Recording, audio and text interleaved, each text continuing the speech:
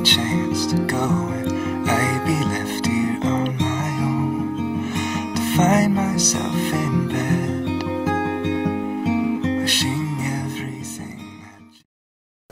I would describe my music as folk music, even when it's not really folk music. It's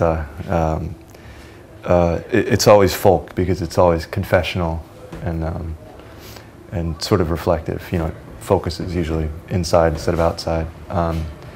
It's changing a little bit, you know, the instruments and things I use, but to me that's what it always is, even if there's an electric guitar instead of an acoustic. Every day is another chance to bury my regret. I didn't write my own songs until much later. I'd been playing guitar and piano and trombone, some other things for most of my life, and but writing never. It's not that it didn't interest me, but I didn't have any reason or confidence in it. It didn't make sense to me to write. If I was needing to understand something, there was an entire catalog of Beatles and Led Zeppelin, and I didn't need her to say anything else. It was already right there. So, yeah, I didn't start to write until I was in graduate school, and I was, you know, already knew how to play and sing, but writing was totally new. I decide it's true. It's you in return if given half the chance to come. I think the what makes me write the way I do is exactly how I was trained and educated, and when I write a song, there always has to be a therapeutic quality to it, and most music has that. Maybe not intentionally, but you know, there's singer-songwriters that are better therapists than I am, who have never had one day of training. But for me, that's the intentionality behind it. And if I'm writing a song that's going in a direction of not really having that quality to it, then I'll either leave that song or I'll, you know, change it to reach there. But yeah, if I hadn't done the schooling I did and the work that I did, I don't think I would have written at all the same. Every day is another chance to bury my regret. So, some people that listen to my music who are going through hard times are helped by it, and some people that listen to it, it ends up hurting them even more. I don't mean to laugh about it, it's a hard thing, but yeah, it's funny. I don't know if somebody asked me, they said, should someone listen, it was kind of what you said, should someone listen to your music if they're going through a breakup? I would say maybe. I wouldn't say yes, for sure. Okay. Because it's, you know, those things are a process. It's taken me 3 years, and I'm still dealing with some of the ghosts of the past, and you know, so it's a very individualistic thing, and you know, that's why there's different music out there. So somebody needs Katy Perry, and somebody needs William Fitzsimmons. So. Worry if laughter is on your lips, 'cause it wouldn't be you if it changed for this. When I play live, I definitely do relive the memories, and that started out as a really positive thing because it was cathartic. I was able to work through stuff, you know, even when I was on stage in front of people. But after a while, it switched, and it became too heavy, because it's like, it'd be like if you wrote down a list of like the most awful things that you've ever did to someone or have done in your life, and you had to wake up every morning and read that list to yourself. Yeah. You know, it started to feel like that, and you know, but I don't know, I felt like I deserved it at the beginning because I did some awful things, and maybe it's better that we feel that, but after a couple of years, it was enough.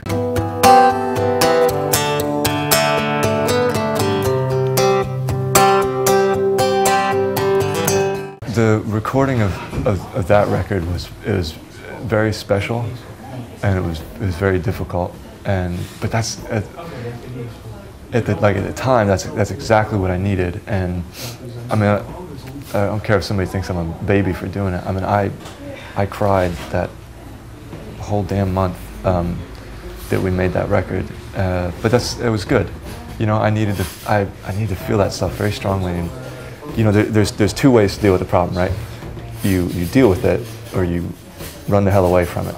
You know, and I've spent a lot of my life running, and I didn't want to do that. I wanted to start trying to get healthy, so it was hard. It was hard, but we kept it small and quiet and, you know, respectful, and that helped me just kind of, if I needed to, you know, sing a song and then take a break because it was too heavy, I would take a break and go back and do it. I still love you after all. You'd think that the writing would come first, but music to me evokes more powerful emotions than words do by themselves. Like to me, if I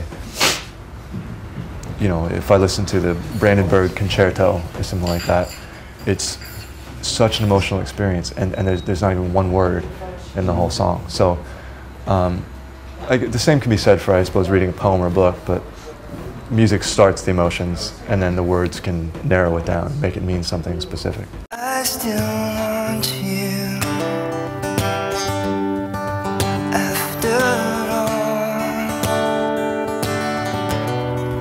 I still want you. My ex-wife, she did listen to some of the record, and I actually I sent it to her when she was ready for it. Okay. I never wanted to I wanted her to hear it, but it would have been wrong of me to force it on her, you know, because she was dealing with her own stuff too. Yeah.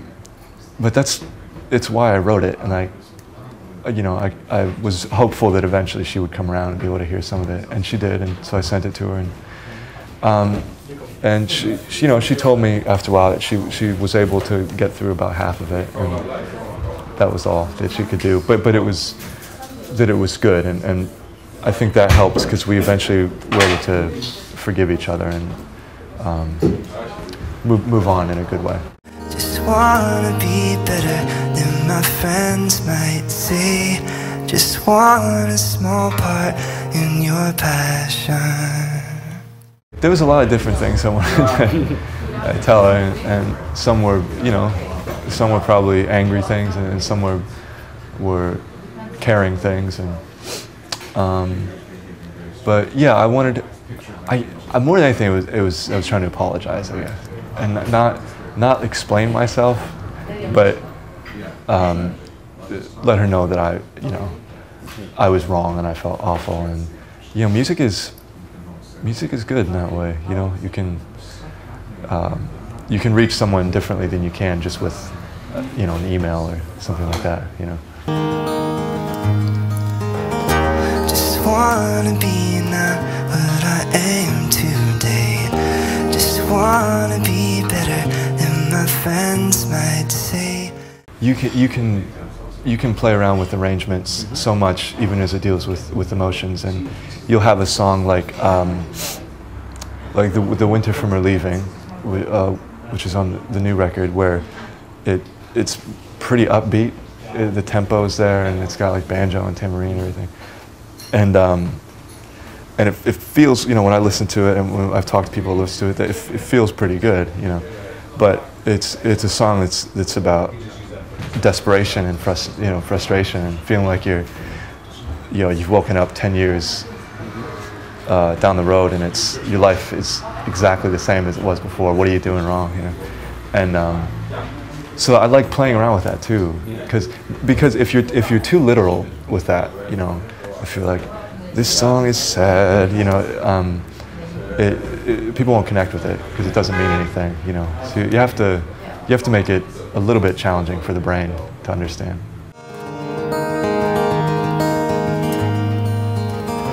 Just some big cashier that I'll have to pay. Just wanna be not what I am today. I was worried the first time that I came over, I think maybe 2 years ago to Europe, I was a little concerned because it was a journalist who said that to me before my first show. They said, "Are you scared that people might not understand any of your words?" But it's I feel like with music, it's like I said about the Bach piece. If the music is communicating well, the words they're very important, but you can still understand the broad emotion, even if you don't know all the words. You can pick up on that. And yeah, people tell me it's very humbling. People tell me after every single show, and I get little letters and emails and stuff all the time, that they say that I was going through divorce and I just randomly heard your song on the radio and it really helped, and that's crazy. I mean, that's such a beautiful thing.